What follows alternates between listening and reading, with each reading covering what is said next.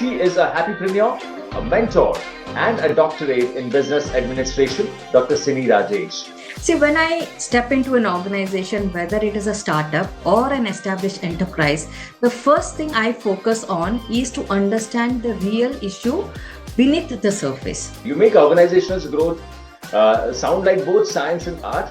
And I really like how you described that first moment of walking into a company. It's such a vivid picture. I have learned a great deal, especially about ethics, governance, and the depth of responsibility that comes with board leadership.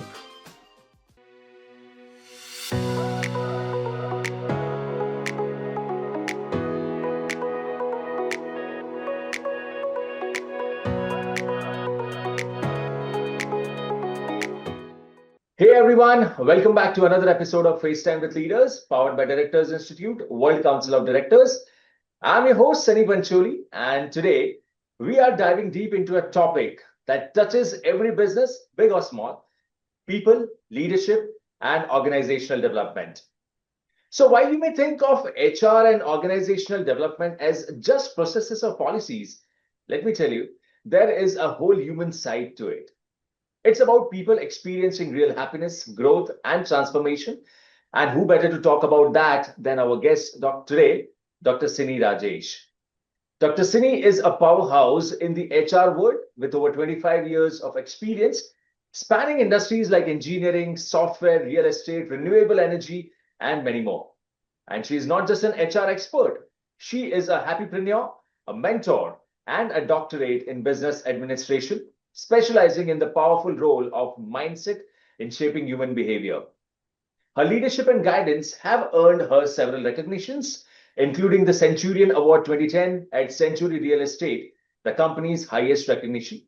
She has also been honored with the Best Mentor Award for her exemplary guidance and leadership, as well as the Best Team HR and Admin under her leadership, showcasing her excellence in team building and organizational growth. Dr. Sini, welcome to the show. It's an absolute pleasure to have you here. Thank you, Sunny. That was a wonderful introduction. I'm doing well, and it's a pleasure to be here with you too. And of course, these topics are very close to my heart, so I'm very excited to share my thoughts. All right. So, looking forward for a great conversation. Same here. Okay. So, let's start with your journey, Dr. Sini. You have worked in so many industries and helped companies grow. But take us back a bit. Can you share how you got started in this field and how your journey evolved over the years? Sure, Sunny. It's been beautiful 30 years, and in the last 30 years, I've been fortunate to work with a wide range of organizations and industries. Opportunities kept knocking at my door, and I never hesitated to take them on, saying yes to every new experience, even when they were outside my comfort zone. Now, coming to how I started in this field, I was working with an IT services company in Bangalore as the operations head. And as a part of that profile, I had to oversee the performance of various departments to ensure smooth business operations. So it so happened that in spite of having a HR team, the employees preferred to come to me to discuss their challenges and happy moments more often than they did with the HR team. That moment made me pause and think. And the more I reflected, the clearer it became. What truly energized me was working with people. I loved engaging with people, understanding their concerns, helping them find clarity and direction. That's when I realized that my true calling lay in human resources, marking the beginning of my HR journey. In a short span, I climbed the ladder to become a HR director, and that journey was very enriching. However, at one point, I felt that I had reached a ceiling. So in 2018, I chose to step out of my corporate role and founded my own consulting firm, a space where I now mentor and support CXOs and business leaders in their growth journey. My specialities include HR consultancy, mentoring, coaching, leadership development, to mention a few. Currently, I'm also on the board of an IT services company at Bangalore. On the other hand, I have been awarded a doctorate in business administration from SSBM Geneva, where I researched the role of mindset on human behaviors. As a certified NLP practitioner, life coach, and a happiness coach, I bring a holistic approach to my work, focusing on both organizational and personal development. My journey from serving as a HR director in the corporate world to founding my own consulting firm has been rooted in a passion for transforming businesses and unlocking human potential. Though every role came with its own set of challenges and opportunity, that simple mindset of saying, let me give it a try, has truly been the secret behind my success and continuous growth. Learning soon became an integral part of my life, the spark that fueled my journey forward. And today, as I sit here and as I aspire to serve as an independent director, my guiding mantra remains clear and simple: be a lifelong learner. Incredible. And thank you for the excellent start to this podcast.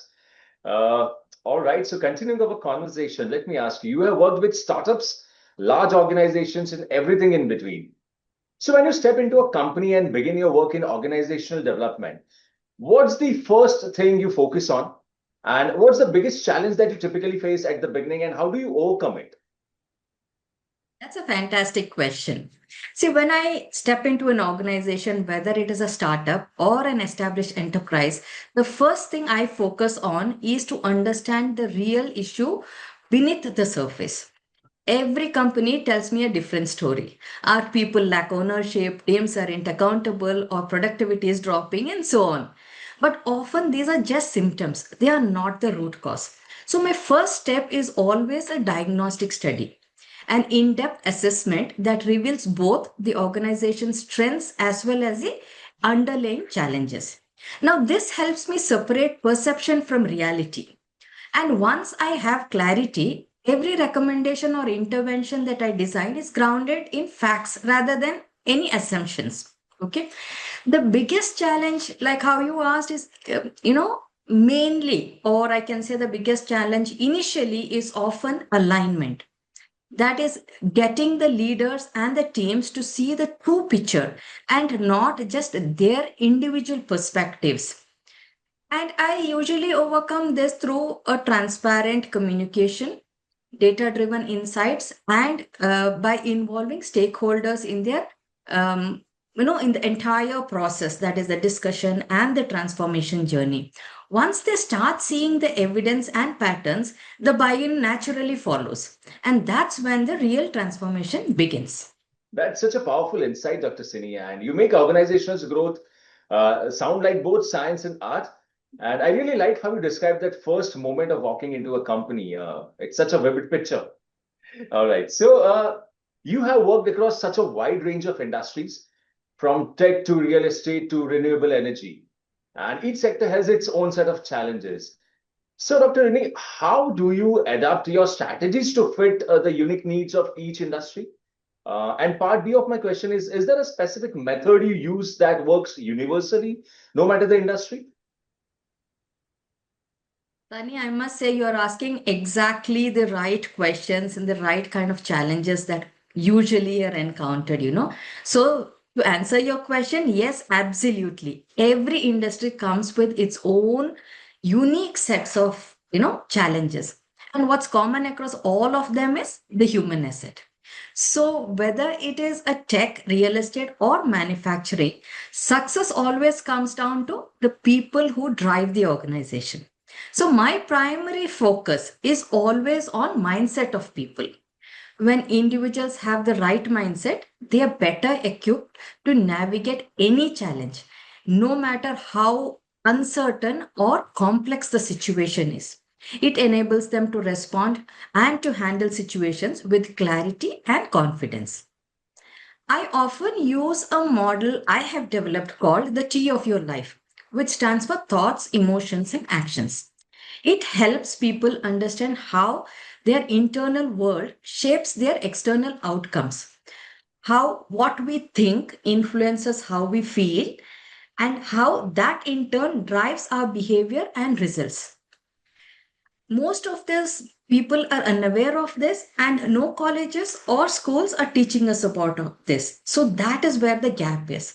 And I think at the end of the day, my strong belief is that mindset matters most, because the world around us is only as we perceive and paint it to be. That's what I have to say for this. That's such a fascinating perspective, Dr. Sini. Adaptability as a mindset, not a method.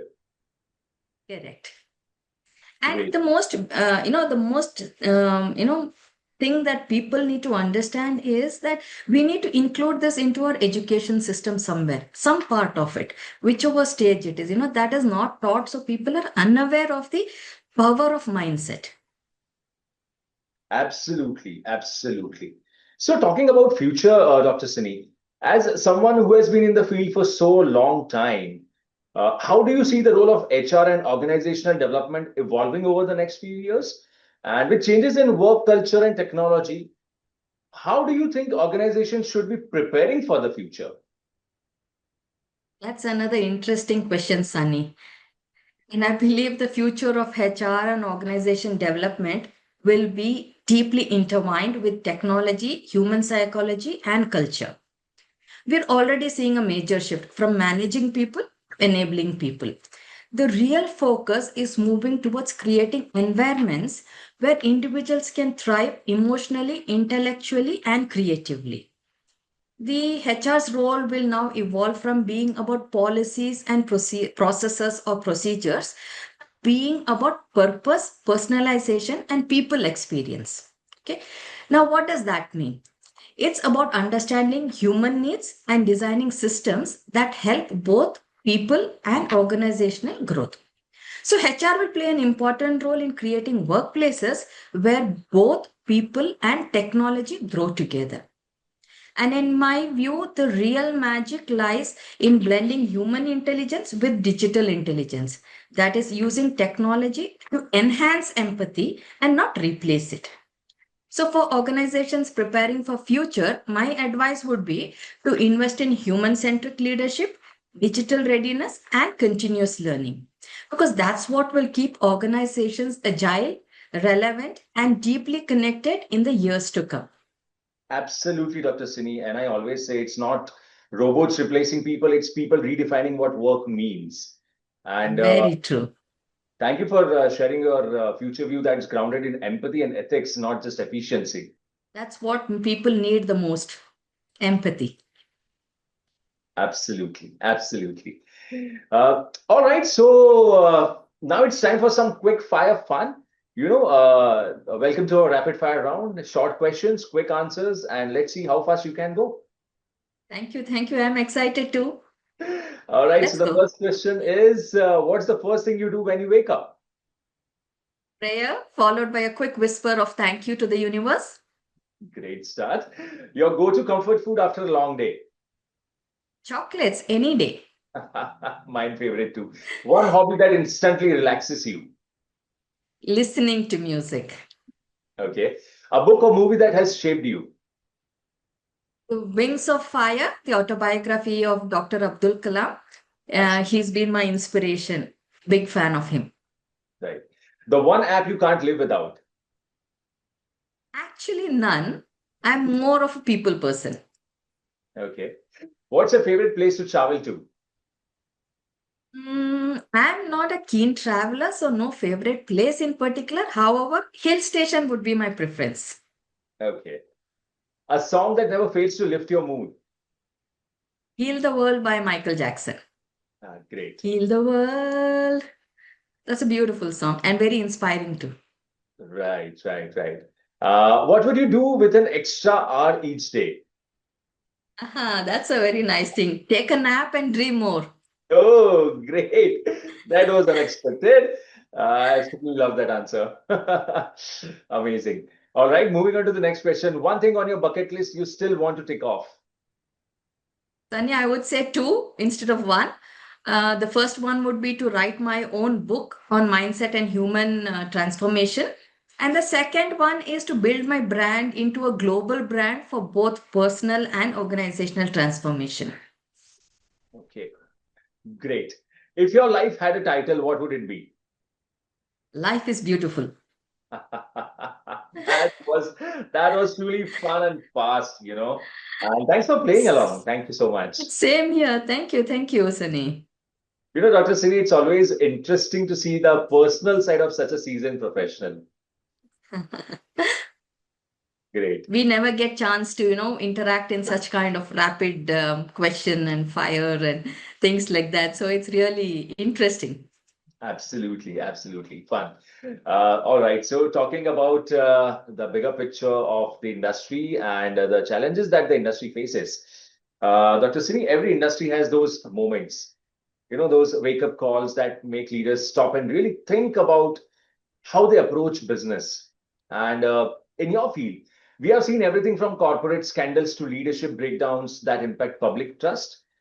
So, when you look at some of these big events, whether it's global business failures or governance lapses, what do you think is the most important lesson for today's leaders? And what have these moments taught you about the role of ethics and transparency in leadership? That's a very, very powerful question, Sunny.